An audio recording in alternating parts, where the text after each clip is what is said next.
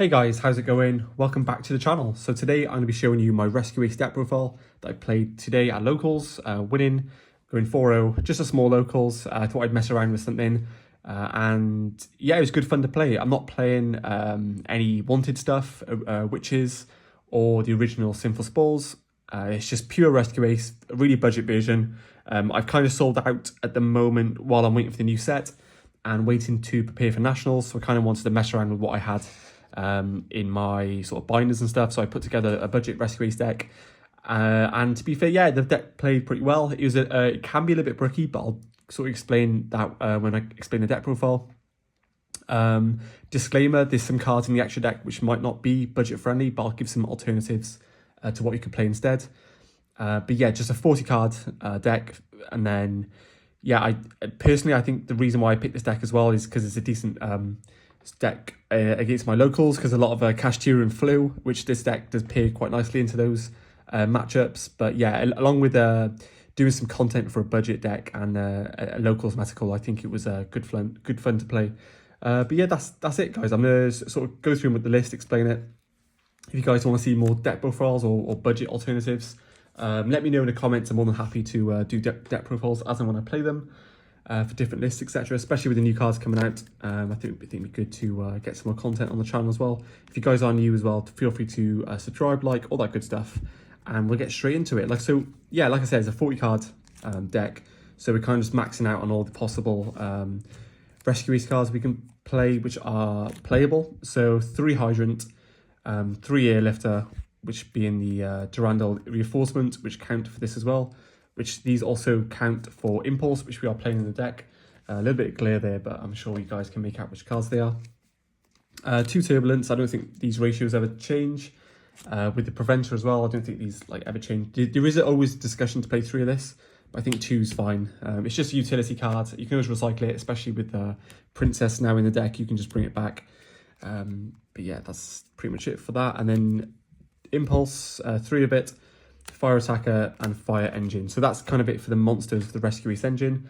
Fire Attacker it's not needed, but it's really nice in some matchups and gives you a little bit of draw power going second as well, because you can just tutor it out using an emergency or a rescue, and you just draw 2, discard 1, which is always nice, especially against those sort of slower matchups, so you get more card advantage.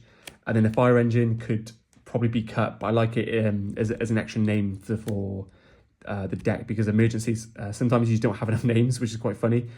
So it's just good just in there for an extra name, but it does have some utility to bring back impulses, get hydrants back on the field, and it's good against the Purdy matchup, but that matchup's pretty much non-existent in this format, not like it was last format.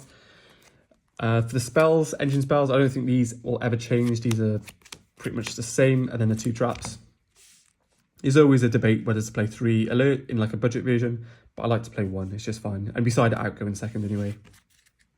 So that is it for the sort of Rescue Ace engine. And then supplementary cards is just 1 for 1 and Prosperity. Now for the rest of the deck, it's just non-engine. I should probably suggest this could be anything, whether you want to take a full hand trap approach, whether you want to do board breakers, whichever you want. It all depends on what you're trying to do and trying to achieve, and the format you're in and the tournament you're playing in, which locals, regional, YCS, etc. So always tailor your extra deck or non-engine, sorry, towards the format and what tournament you're playing. But we are playing for this event. I just wanted to, because it's locals, I'm just going to play talents with some hand traps, because I think that's quite efficient going first and second. So 3 talents, 1 call by, and then because call by is in the air actually, because Ash is a bit of a problem in the budget version. Ash on emergency kind of sucks, so that is in here specifically. I'm not playing cross act, but you probably could as well. Speaking of the devil, Ash Blossom, 3 Nibiru, and then 3 Impermanence. So that's kind of it for the non-engine. Nib's just good going first and second. Nib and Ash and Impermanence just great generically, and so are these to a certain degree as well.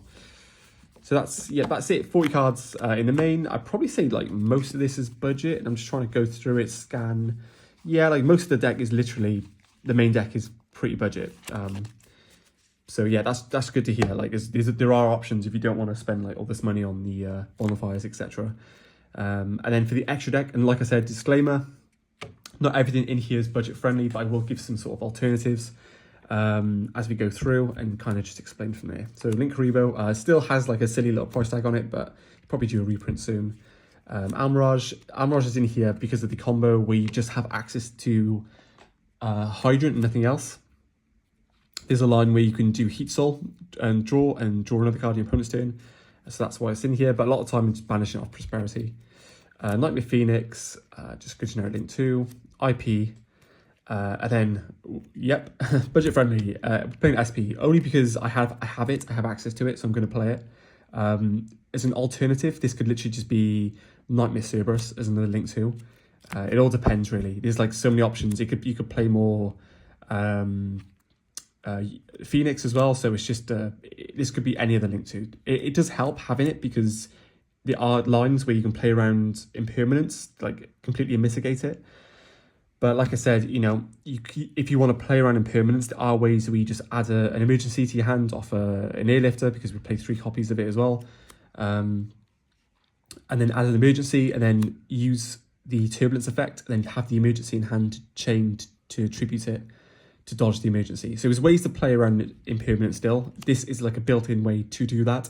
But if, let's say, for example, I know, like summon Hydrant, add Turbulence, summon the Turbulence, and then, or like, before you summon the Turbulence, sorry, just go Prosperity, take an emergency, and then that's another way to play around the impermanence. So yeah, it's just in here. I have it, I'm going to play it, but there are options. You don't honestly need it.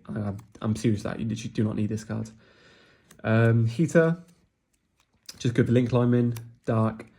Sunlight Wolf, really good cards, like really solid. If you don't want to play Princess, it's still accessible, but having Princess in the deck now just makes this card crazy. Like adding back Preventers, adding back Ash Blossoms is pretty nuts. Heat Soul, just draw engine. Princess, I appreciate this card isn't that budget friendly either, however, it's probably the cheapest it has been in a while, and like I said, it really does help, but you don't need it. For Unicorn, for the Link 3, last Link 3, and then we have the Ambler Whale. I obviously wouldn't play this if you played didn't play the Princess. Access Code, not cheap at the moment, but it's going to be budget in the when the Rarity Collection comes out. And then Appaloosa, I believe that's the same story with Appaloosa. And last card is Typhon, and I appreciate this. It also isn't a budget card, however, this could be exchanged with any sort of other Link 4 that's like pretty budget. And also, if you don't want to play these cards, you could literally just play Super Poly and play Mud Dragon. I think Garura's had a reprint now, and some like fusions that are generically good against the tournament that you're playing. I think Super Poly is like a card that, you know, could fill out the extra deck if you wanted to take a budget approach. So yeah, that's pretty much it for the extra. And then for the side deck, and I always say for my side deck to build it for your event, locals, regional, etc. But I'm just going to show you what I played anyway. 2 Judgment, because I couldn't fit the third one in, because I wanted to play a Duster to respect back row matchups. 3 Cosmic Cyclone, just generically good back row removal. Probably the best go second cards in the deck, which is Econ. Like so many times, like set impermanences, effect failures, taking Fenrir's. Yeah, this card's like unbelievable going second. Like it's absolutely unbelievable, especially if your opponent's really smart and they just hold their imperms, failures for your turbulence. Just resolving it just guarantees you resolve through those set cards and veilers. So yeah, really nice. And then just, you know, these cards could literally be anything, but I'm just playing 3 Bell, 3 Magnum, 3 Bestials. I think I'm not too sure the price of the Bestials at the moment, but like I said, they could literally just be anything. You could play DD Crows if you really want to as well. And they've had a nice common reprint in the in one of the latest tournament packs. So I think this it's a fairly budget side deck as well. So yeah, thoughts on the deck. I think the deck is pretty good. Like resolving turbulence is always pretty good.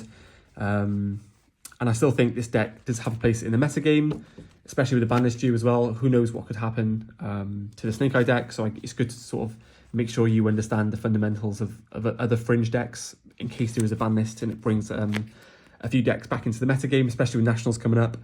It's really important to understand and have a few options as well going into those bigger tournaments. But yeah, that is pretty much it for the list, guys. I appreciate the extra deck wasn't budget, but I'm hoping my explanations covered that. And if you like this sort of content and want to see more deck profiles on the channel, let me know in the comments, and I'll see you guys in the next video. Thanks for watching.